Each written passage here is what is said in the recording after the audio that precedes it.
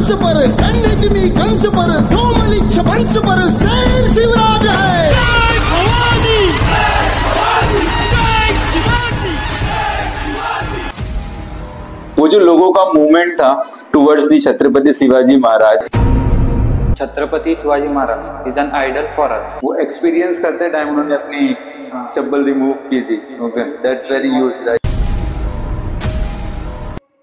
Hello everyone, आज हम मिलेंगे एक ऐसे युवा से जिसने टेक के जरिए पूरे इतिहास को जिंदा कर दिया। रायगढ़, जहां से छत्रपति शिवाजी महाराज ने स्वराज्य का सपना सजाया था, और उसी रायगढ़ को अनिरुद्ध गाडगे एंड उसकी टीम ने वर्चुअल रियलिटी में रिक्रिएट कर दिया। ये प्रोजेक्ट एक असाइनमेंट नहीं था, बल्कि महाराष्ट्र के स्वाभिमान को एक नए रूप में दिखाने की कोशिश की गई थी। और जब जज्बा हो अपने इतिहास के लिए, तो हर एक प्रोजेक्ट एक मिसाल बन जाता है।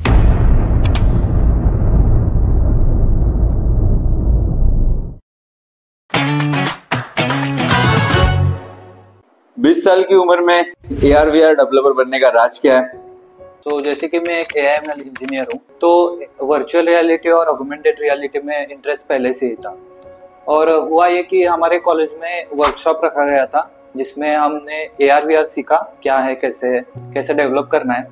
और हमारे कॉलेज के बाजू में ही लोक राजा राजश्री शाहू छत्रपति जी का जन्मस्थल है। तो मेरे दिमाग में आइडिया आया कि क्यों ना हम इन दोनों को इंटीग्रेट करें, जिससे एडवांस टेक्नोलॉजी को साथ ले जाते हुए अपन हिस्ट्री को भी रिक्रिएट कर सकते हैं। सो हमने रायगढ़ फोर्ट का वर्चुअल टूर बनाने का प्रोजेक्ट लेने का तय किया। सो ये जो इमेजिनेशन पॉइंट ऑफ व्यू आपने एक सोचा कि वो ऐसे बन सकता है, ये ऐसे बन सकता है, लेकिन ये रिक्रिएशन आपके दिमाग में आया कहाँ से? अगर मैं मोर इमर्सिव वे में बोलने का ट्राई करूँ, जैसे भी इंजीनियरिंग स्टूडेंट कैसे होते हैं हम कि एक कोई भी टेक्नोलॉजी स्टार्ट करते हैं सीखने के लिए, लेकिन इन बिटवीन में वो छोड़ देते हैं उसको सीखने के लिए। लेकिन कौन सी चीज जो थी वो आपको बहुत ही ज्यादा ट्रिगर कर गई कि ये हमें करना ही है, या हमें ये करने के बाद ही ये चीज ऐसे होने वाली है? रिसेंटली क्या हुआ था कि मैंने वीडियोस देखे थे, जैसे कि AR/VR कैसे डेवलप करे और AR/VR में कौन से प्रोजेक्ट्स किए जा सकते थे। तो वो सारे प्रोजेक्ट्स थे जो एडवांस एरा, मतलब हम आर्किटेक्ट का एग्जांपल ले सकते हैं, जिसमें हम कंस्ट्रक्शन साइट को वर्चुअली देख सकते हैं ऑक्यूलस में। तो मैंने सोचा कि एडवांस टेक्नोलॉजी का यूज करके हम अगर हिस्ट्री में जा सकते हैं, जैसे कि अगर हम फ्यूचर तो देख ही पाएंगे उसमें, लेकिन हिस्ट्री देख पाए तो और हमें नॉलेज ज्यादा अच्छे से मिलेगा कि हिस्ट्री कैसी थी, महाराज जी ने क्या क्या किया था, उस टाइम उनका फोर्ट कैसा था, वहाँ पे क्या क्या रहता था, राज्यसभा जो कहते हैं हम, राज्य कारभार कैसे चलता था, वो सब एक्सपीरियंस कर सकते थे। लेट्स से कि मुझे AR/VR के बारे में कुछ पता नहीं है, और हमने जो प्रोजेक्ट्स बनाया है, क्या बनाया आप एक बार समझा सकते हो? तो बेसिकली हमने बनाया है कि अपने फोर्ट जो रहते हैं एंशिएंट में, उसको हम ऑक्यूलस एक डिवाइस आता है, उसमें हम एक्सपीरियंस कर सकते हैं। ये एक 3D एनवायरनमेंट बनाते हैं हम, और उसको हम रियल टाइम में 3D ऐसे घूम के देख सकते हैं। तो इसकी शुरुआत हुई थी, जैसे कि मैंने बोला कि वर्कशॉप अटेंड किया था हमने, तो इसकी शुरुआत हुई थी स्क्रैच से लेकर। उस वर्कशॉप में हमने सीखा कि कैसे ऑब्जेक्ट्स को क्रिएट किया जाता है, कैसे प्रॉपर्टीज बनाई जाती है, और उसको इम्प्लीमेंट कैसे किया जाता है। मतलब उसका एक प्रोडक्ट आता है, जैसे कि एप्लीकेशन एक प्रोडक्ट हुआ है, तो उसको अपन अगर ऑक्यूलस में इंस्टॉल करें तो वो दिख जाता है एनवायरनमेंट अपन कैसे क्रिएट किया हो। तो हमने सोचा कि हिस्ट्री के जो एलिमेंट्स रहते हैं उनको आपस में जोड़ के अगर महाराज जी का पूरा किला ही बनाया जाए, और उसमें रियल टाइम ऑब्जेक्ट्स जैसे जलती हुई मशाल हो, और फ्लैग रहे, और पत्थर रहे, पेड़ पौधे रहे, और ऐसे अनेक चीजें रहे जो हम ऐड कर पाए। तो ये सब शुरू हुआ। फिर हमने प्रोजेक्ट पे काम करना शुरू किया, एलिमेंट्स कलेक्ट करने शुरू किया, हिस्ट्री जानी कि उस टाइम कैसे था। और इस सब में हमें बहुत से चैलेंजेस आए, जैसे कि पहले तो हमें टेक्सचर नहीं मिले, फिर पत्थर रैंडम साइज के रहते थे। फिर बाद में पता चला कि अगर आज के टाइम में रायगढ़ पे वॉल इतनी है और उस टाइम में उसकी हाइट 10 फीट थी, 11 फीट थी। ये थोड़ा हमें रिकॉग्नाइज करना पड़ा। फिर ऐसे हिस्ट्री के प्रूफ्स कलेक्ट करते करते हमें आगे बढ़ना पड़ा। फिर हमने एक फाइनल स्ट्रक्चर रेडी किया और उसको इम्प्लीमेंट करने का सोचा। फिर हमें मावड़ा स्वराज्य के लोग ऐड करने थे, उनकी मूवमेंट ऐड करनी थी। जैसे उस टाइम पे लोग आते ही पहले महाराज जी को मुजरा करते थे, तो उनकी स्क्रिप्ट बनानी पड़ी जो लूप में चले। फिर आया वो मशाल का जलना, मशाल का जलना। फिर आया महाराज जी का जो रिस्पेक्ट रहता था, जैसे स्वराज के लोग जैसे मावड़ा झुक के अदब से उनसे पेश आते थे। फिर उसकी स्क्रिप्ट ऐड करनी पड़ी। ऐसे छोटी छोटी स्क्रिप्ट जोड़ के ये प्रोजेक्ट बनाया। तो कितना समय लगा ये 3D रियलिस्टिक प्रोजेक्ट्स बनाने में? 3 महीने लग गए। हमारा भी इनिशियल स्टेज था, तो हमने रिक्वायरमेंट्स देखी और प्रोजेक्ट स्टार्ट किया। थोड़ा लेट स्टार्ट किया पर हो गया। 3 महीने लग गए, तो स्ट्रगल भी किया होगा अच्छा खासा उस 3 महीने में, पेशेंस के हिसाब से, राइट? सो क्या क्या किस टाइप का स्ट्रगल फेस किया आपने? तो हमें दिखाना ये था कि 16th सेंचुरी में महाराज जी के टाइम पे क्या क्या रहता है। जैसे कि उस टाइम तो लाइट नहीं थी, तो हमें मशाल दिखानी थी। उस मशाल का लाइट का एमिशन दिखाना था। फिर लोग थे, उनका मूवमेंट, उनका महाराज जी के प्रति रिस्पेक्ट, जिसे हम वो एक जेस्चर करते हैं, जिसे हम मुजरा कहते हैं, तो वो सब चीजें दिखानी थी। ऐसे बहुत से छोटे मोटे स्ट्रगल्स आए, लेकिन हमने वो ओवरकम कर दी। तो वो जो लोगों का मूवमेंट था टुवर्ड्स दी छत्रपति शिवाजी महाराज, जैसे भी आपने बताया कि वो जो ग्रीट करते थे, एक मुजरा टाइप करते थे छत्रपति शिवाजी महाराज को, एक लाइक प्रणाम जैसे हम समर्पित करते हैं, तो वो सब आपने एक्चुअल में बिल्ड किया है शिवाजी महाराज के उस रायगढ़ फोर्ट के अंदर जो आपने बनाया है? हाँ, हमारा गोल ही यही था कि हम उस समय जो जो होता था उसको हमें दिखाना था। तो हमने क्या किया कि पर्सन का, जैसे आपने बोला कि ग्रीट, तो ग्रीट रहता है एक रिस्पेक्टफुल जेस्चर, जैसे कि वो मुजरा करते, तो उनका स्क्रिप्ट सी हिसाब से स्क्रिप्टिंग किया। फिर स्क्रिप्टिंग ऐसे किया कि वो आदमी चल के आएगा महाराज जी के सामने और वो जेस्चर करेगा, मुजरा करेगा और वापस अपनी जगह चला जाएगा।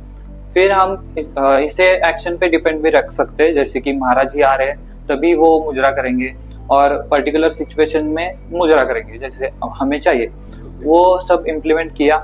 फिर उससे रिलेटेड और भी चीजें थी, वो जैसे कि उनका आपस में इंटरैक्शन, उनका पर्टिकुलर एक्शन जैसे मशाल जलाना, वो सब भी हमने कर दिया। ओके, सो जैसे आपको पता होगा nowadays engineering, those are doing the engineering, especially engineering student जो इंजीनियरिंग करते हैं, वो 2 घंटे के लेक्चर भी बहुत मुश्किल से बैठ पाते हैं, बट आपने इट्स लाइक अराउंड 3.5 मंथ एक प्रोजेक्ट्स पे दे दिया। उस लेवल का पेशेंस कहाँ से आया, सो दैट आपके इस पेशेंस लेवल को देख के अदर स्टूडेंट भी इंस्पायर हो पाए? मतलब क्या था आपके दिमाग में कि मुझे ये चीज करना है, कैसे करना है, क्या फ्लो चार्ट था?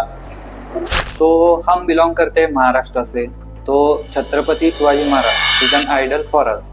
सो वो भी एक दिमाग में था कि हमारे राजा ने इतना सब हमारे लिए किया है, तो हमें भी कुछ उनका जिंदा रखना है, हिस्ट्री जिंदा रखनी है। तो ये एक चाह थी मन में। और दूसरी चीज कि कुछ नया सीख रहे थे हम, और सीखा हुआ इम्प्लीमेंट कर पाना, ये तो बहुत बढ़िया चीज हुई। और बाकी हार्डवर्क किया और पेशेंस रख के काम कंप्लीट करते गए और ये आज हासिल हुआ। ओके, और आपके इस प्रोजेक्ट्स को मिनिस्ट्री ऑफ टूरिज्म ने रिकॉग्नाइज किया आपके प्रोजेक्ट्स को। और अभी का ट्रेंड आपको पता होगा कि इंजीनियरिंग करने के बाद अगर कोई इंजीनियर पास आउट होता है, निकलता है, तो अपने आप को खुद रिस्पेक्ट नहीं करता कि मैंने इंजीनियरिंग किया, या किसी को बताता नहीं है। जैसे हम कंसीडर कर लें कि मेडिकल का कोई स्टूडेंट हो गया, अपने गाड़ी के आगे वो लोग सिंबल लगा देते कि वो डॉक्टर से बिलोंग करते हैं, या फिर मेडिकल से पास आउट हुआ तो प्लस साइन लगा दिया, या फिर एक कोई बीएमसी में काम करता है तो बीएमसी का लोगो लगा रहता है। लेकिन इंजीनियरिंग किया हुआ स्टूडेंट इंजीनियरिंग से पास आउट होता है तो अपने आगे ईआर का साइन नहीं लगाता है।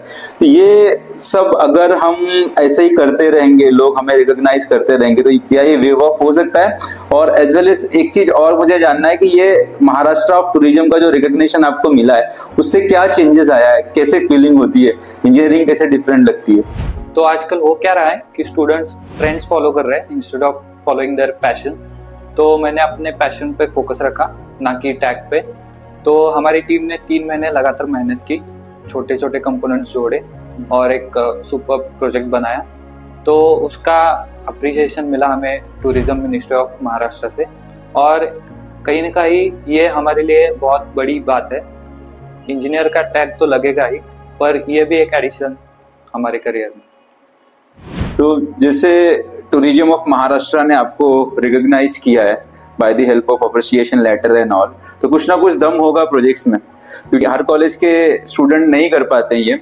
तो वो चीज पॉसिबल कैसे हुई, किस चीज की अवेलेबिलिटी थी आपके पास? तो पहली चीज तो हमारे कॉलेज ने हमें सपोर्ट किया, उन्होंने AR/VR के लैब हमें अवेलेबल करके दिए, और इसमें IOF टीम ने भी बहुत हेल्प की। सेकेंडली मेरी टीम अच्छी थी, उन्होंने कांस्टेंट सपोर्ट दिखाया, और हमने टीम वर्क करके ये हासिल कर दिया। अगर इसी प्रोजेक्ट्स को थोड़ा सा और लेवल अप करना है, जैसे आप AI/ML डिपार्टमेंट के स्टूडेंट हो, तो अगर आप AI/ML का नॉलेज इसके अंदर इंटीग्रेट करना चाहोगे तो किस लेवल का प्रोजेक्ट्स बन सकता है और कैसा आउटपुट आप दे सकते हो अपने ऑडियंस को?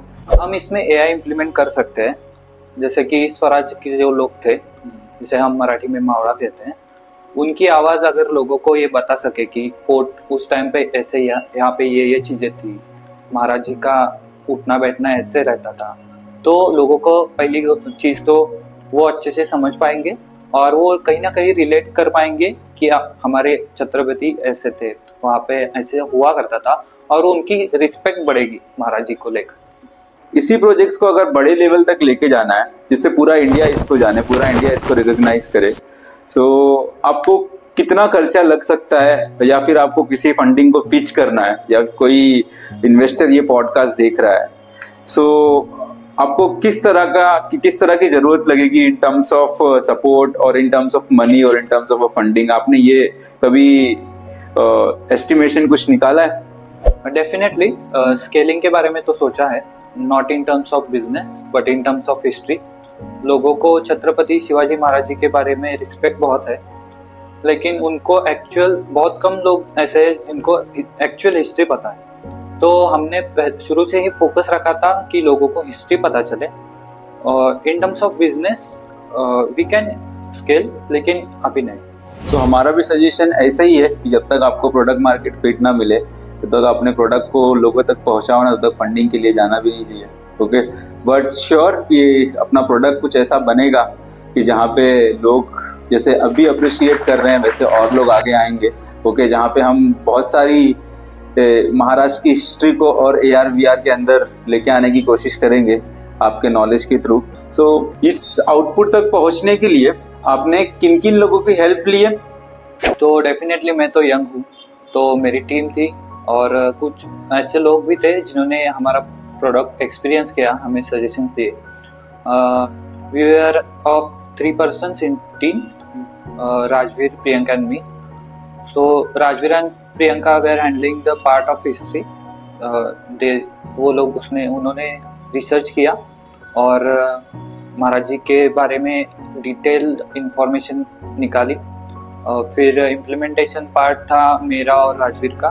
हम दोनों ने एनालिसिस किया कि वर्चुअल एनवायरनमेंट में उसको कैसे इम्प्लीमेंट करें, और फाइनल प्रोडक्ट जैसे ही बना हमने सीनियर सिटीजन्स को उसका एक्सपीरियंस कराया।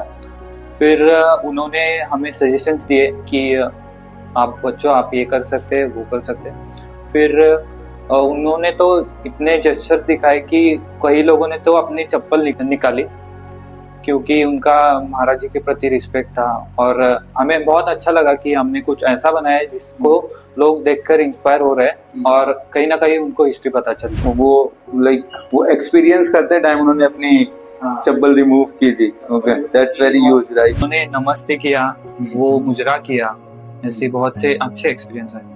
ओके ओके, जैसे कि आपने एक्सप्लेन किया कि हमने VR एनवायरनमेंट तो बना लिया रायगढ़ फोर्ट का, बट और कौन कौन सी चीजें इंपॉर्टेंट है? बिकॉज अपने प्रोडक्ट को लोग समझ तभी पाएंगे जब उनको थोड़ी बहुत और हिस्ट्री पता रहेगी। सो उसके रिगार्डेंस में आप क्या बोलना चाहोगे? So definitely we can work on this kinds of projects, लेकिन आई थिंक हिस्ट्री पढ़नी चाहिए, हमें अपने रूट से कनेक्टेड रहना चाहिए, और बस हिस्ट्री पढ़ो। या बुक रीड करके ही हम वो इन्वायरमेंट बना सकते हैं एट द एंड में। कुछ ना कुछ तो हमें रेफरेंस पॉइंट चाहिए 3D डेवलप करने के लिए। सो आई ऑल्सो बिलीव दैट कि हम जब तक बुक नहीं पढ़ेंगे तब तक हम इमर्सिव एक्सपीरियंस नहीं दे पाएंगे अपने ऑडियंस को। तो thank you so much coming here, sharing all the experience whatever you have done in terms of your projects, and we are always like represent ourselves to your backbone, whatever projects that you people have done in terms of VR and all. तो कहीं पे भी अगर आपको हमारी ज़रूरत लगती है, you can definitely call us, okay? And future में भी अगर आप कहीं पे और इसी प्रोजेक्ट को इलेबरेट करना चाहते हो तो आप कभी भी हमसे कांटेक्ट कर सकते हो। Thank you so much for coming over here.